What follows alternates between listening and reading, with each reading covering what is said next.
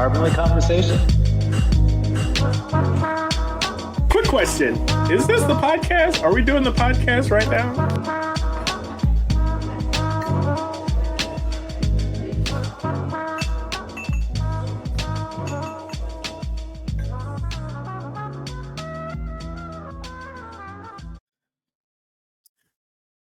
All right. Hello, everyone. Shane here. Welcome to another episode of Crbnly Conversations. Today, we'll actually dip our toes into the carbon capture space, kind of nerd out a little bit and be informative, maybe be a little uninformative, and ask out loud to anyone who'll listen. Isn't this just an atmosphere-sized CO2 vacuum cleaner, pretty much? Pretty much. We'll see what your guys' thoughts are, but before we dig into that, we want to remind all the listeners that we are a podcast where two friends were examining the intersection of community, lifestyles, and consumption in our lives. We created this to share our stories and curiosity to motivate actions to help lessen our carbon footprints. And we want to use our platform to create a space for everyone out there listening and community members to share their carbonly journeys as well. So please join in on the conversations. Whether you're a first timer, carbonly deep diver, or just one of our loyal fans, we made it easy for you to listen to us on your favorite podcast app. Literally, all you need to do is scroll down to the show notes and click on Find and Join the Conversation. And there you'll be able to explore all our past conversations, upcoming conversations, which we try to release every Wednesday. And then also make sure to follow us on Instagram, Twitter, also known as X. We're also on TikTok, and we have a YouTube where we post the full form video of our conversations. So we appreciate any support on those and hope that you all are loving the content. But we'll get into today's conversation. We'll let Chad kick that off and let us know what we'll be conversating about today. Awesome, Shane. Happy day to you. Thank These you. bright, sunny apartments or rooms we find ourselves in. So I wanted to put a conversation together around carbon capture. And as I think you succinctly described, isn't carbon capture just really vacuuming all the CO2 or a bunch of the CO2, or maybe to put it more environmentally, vacuuming the excess CO2 out of the atmosphere? And I would say, yeah, it kind of is. But just like those vacuum cleaners we use, some are canisters, some have bags, some are just like little trinkets that you have to empty. What do you do with all that, right? Right. I don't know about you, but mine usually either goes in the garbage or in the compost pile. But if you're vacuuming up all that excess CO2 in the atmosphere, it's got to go somewhere. Otherwise, it's just going to go back up in the atmosphere and keep causing the same problems that we're having. So I've been kind of reading and learning about this for a while, because years ago it was pretty we'll just call it environmental studies fan fiction. And now it's really evolved because the New York Times has published an article just recently about the first commercially opened carbon capture firm, which happens to be in California.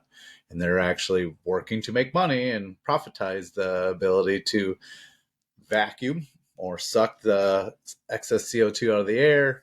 We'll get a little bit more about how they're doing it and different ways of doing it. And then monetizing that process, either through different supply chains or being paid for offsetting carbon credits by companies.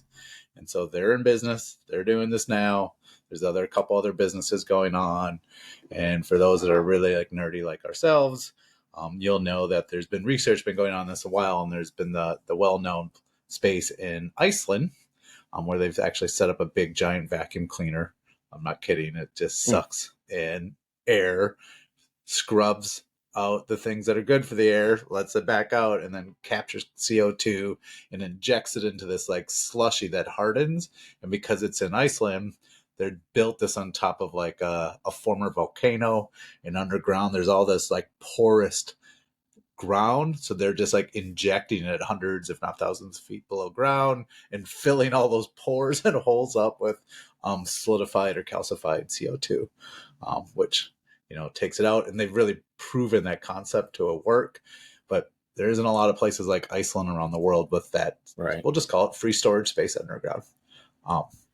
So we're going to talk about carbon capture today. Yep. And I kind of hit on the what is it, but we'll get really specific for our listeners because it is a little techie, sci-fi, live long and prosper, nerdy kind of thing. So it's another way to call it is direct air capture, which involves vacuuming greenhouse gases from the atmosphere. I literally pulled that from the IEA website. So I'm not, it is funny. I keep talking about vacuuming, but so they take carbon dioxide, and they pull it from the air and they find a way to seal it permanently in concrete or baked into rocks or use it for carbonated beverages or pumped underground where it can't heat the planet. And everyone wants to go back to their earth science classes and like the greenhouse effect, like all this extra CO2 in the air, like blocks sunlight, but it also captures the heat that we're producing, and it kind of creates a blanket over the earth, and it warms the oceans, it warms the atmosphere, and it changes the weather patterns. It's just a natural cycle. It's been increasing and doing that more dangerously. So this is a big deal. So the idea of using technology to suck CO2 from the sky has gone from science fiction to big business in the past 10 years. Hence kind of like my diatribe before this explaining that. And there are currently 27 direct air captures or DAC plants that have been commissioned to date worldwide as of today. And there's plans for at least another 130 facilities that are now various stages of development. Whether they're going to be really successful, lose funding, lose interest, is all TBD. But their ability to vacuum out CO2 from the atmosphere is going to, we're going to go from 27 to 130. That's like a factor of 5. Yeah. Cross our fingers and toes maybe in the next 10 years. So that's a lot to unpack, Shane. How's your head spinning? How's it feeling? Well, when you mentioned the using for carbonated beverages, I just thought about America. We drink a lot of soda, unfortunately. We do. So it's just carbon dioxide has so many different uses, you know what I mean? And so I think that it's like a win-win. You're pulling it out of the environment, which is healthier and safer for us. But it's not like it's like this toxic gas that can't be used for anything else. You know what I mean? There's so many other uses for it. So I think that that's another kind of advantage of capturing it and having this natural resource to be able to, use for other things. And the soda just stuck out to me with carbonated beverages. So yeah, that's really what carbonated beverages are filled with is CO2. All that's sparkling water and seltzers that are popular around at least America and probably Europe. That's just CO2. And there's so much science to unpack that we're not going to get into. But just because we're capturing the CO2 and putting it in our beverage and drink it, some of it, you open it and it goes, psst, some of that CO2 goes back. It's releasing. But some of it we consume. Some of it's been caught into those water molecules. So now they're in our bodies. So CO2 is a good thing. Just too much of it in our atmosphere is creating more heat, more storms, more, I don't know. It's just all the things that we're experiencing with quote unquote global warming / just climate change. Yeah. So I think the big deal about how this works is that it's expensive, right? They got to build these plants. And the first commercialized one means they want to make money on this, right? So how are they doing this? So the one in California is called Heirloom Carbon. And what they're doing is using a little bit of chemistry, i.e. limestone. So they process limestone to remove the element that they need to use limestone uses to capture carbon dioxide. So they turn this powdery thing, create this powdery thing with limestone that's missing the CO2, and they get it wet, which means it goes out and it actually pulls CO2. So instead of actually vacuuming, they're using this chemical process for deconstructed limestone to glom on to CO2 in the air, reattach itself to that slushy goo, forms all these rocks that they can then reprocess by heating up, pull the CO2 off that was been extracted from the air. This is so nerdy. And then they use that stuff to make concrete or inject it in the ground. And their business model is like that secondary, value stream. And they're also selling like carbon credits. And I think the big thing around these carbon credits and how they're making money is like places like Microsoft recorded in the article. And Microsoft, I think they had a really good quote about they won't buy traditional offsets such as paying people to protect forests because they are difficult to verify and may not be permanent. Whereas like a carbon credit from a place like this carbon capture company, like it's measurable, it's maintained. So it's a much more consistent and reliable carbon credit system. And that's what they plan on and have been investing in a lot of these direct air capture systems to actually hit their zero emission pledge by 2030 is through a lot of these carbon credits and these carbon. Now, is carbon dioxide needed when making concrete anyway, or is it just it's the limestone is needed, or the whatever that product is in the cement making process. My guess is they probably need a little bit of carbon dioxide, and in the mixture of stuff, but not enough at volume. Adding the excess carbon into the cement mixture, is that just a way where it kind of locks it in from ever escaping again, basically? Yes, because it chemically changes it from a gas to a solid form. And unless someone would reverse the process, the carbon dioxide wouldn't escape. Okay. That's pretty interesting. It truly is. Like, the article literally put a simple bit of chemistry. It's not so simple to us, but they've solved on how to do it and are trying to create value chain, supply chain value chains with that process. Yeah. I'm just kind of reading through my notes here. So the carbon dioxide still needs to be dealt with like a company that mixes the gas into concrete where it mineralizes, can no longer escape into the air. It's literally what it reads there. Wow. So that's just two ways. We talked about carbonated beverages. Another one that I think is a little alarming but interesting, because it really depends. I think this is where the Crbnly conundrum, topical statement kind of comes into play. So there's a company called Occidental Petroleum, and they've been capturing carbon, are developing a plant in West Texas to direct air capture carbon dioxide. And then they'll use that in a slurry that they're going to inject or push into oil wells that they're either partnering with or actually extracting oil to push all the oil that they can't get to through traditional drilling means out. And what they've declared, and this has been in their value sheets, their term sheets, so they've literally have done the science and the math and in their publicly traded company. So they talk about this. They say that emissions from the new oil would be offset by the injected carbon dioxide that remained underground, creating a carbon neutral fuel that could be used in airplanes or ships that are difficult to decarbonize. So they're taking this approach of, hey, we still need oil.